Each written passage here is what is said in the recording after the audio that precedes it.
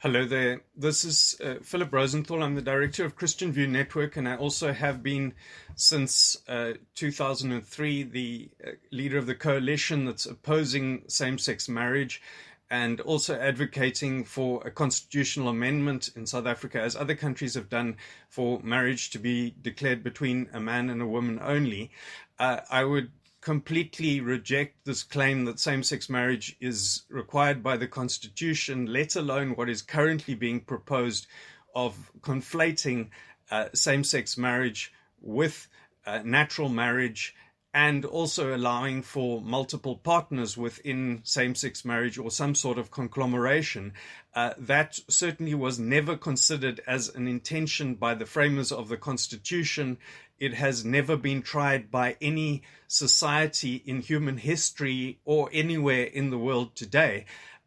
This is, in my view, just a complete rejection of marriage and making a mockery of marriage. The bill has enormous implications in terms of removing protections against attacks being made on people who have a conscientious objection to this sex outside of marriage, which is wrongly framed as same-sex marriage or these other variants. The major concern that I have, firstly, is that we only became aware of this opportunity to input last week. We only notified our networks this week. Our request is for an extension to the 7th of October for us to properly be able to comment on this. There's many other things also happening that are politically important at the moment this month. And I would ask, does anybody else have an objection to extending this to the 7th of October? That would allow us to properly comment on all of these things. But then further, in terms of if one was to accept some sort of change in the law, this is, in my view, a bait and switch. It's not substantiated by the Concord ruling on Muslim marriages. The Muslims themselves have said this is not what they want.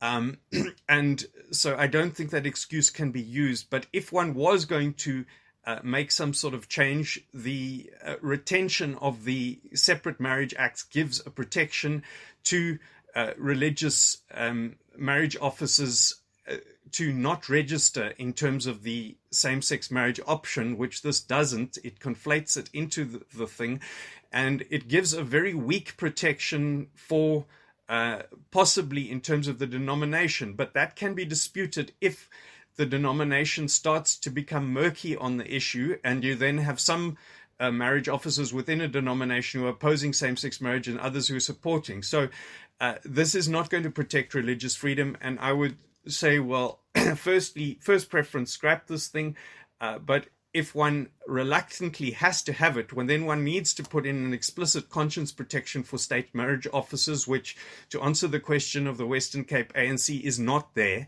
And it also needs to explicitly and not just vaguely protect religious marriage officers.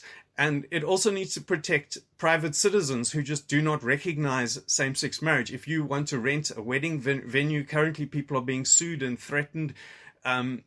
Adoption agencies are being threatened because they don't want to give children to same-sex couples. They don't believe this is genuine marriage. People who want to make wedding cakes are being coerced and threatened into doing these things. This is a scheme, in my view, firstly to degrade marriage, and secondly to try and coerce people of faith and people of conscience into defending this.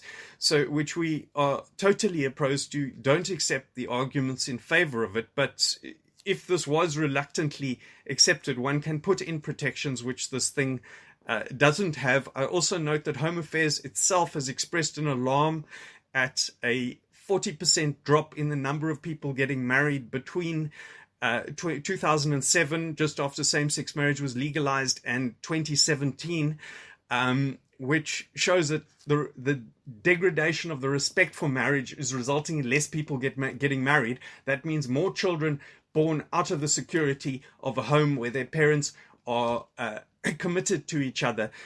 This is just completely degrading the definition of marriage in a way that has never been done by any country in the world in human history. So I would ask, please, let us scrap this thing. But if you are not prepared to scrap it, please give us until the 7th of October to comment properly on this thing.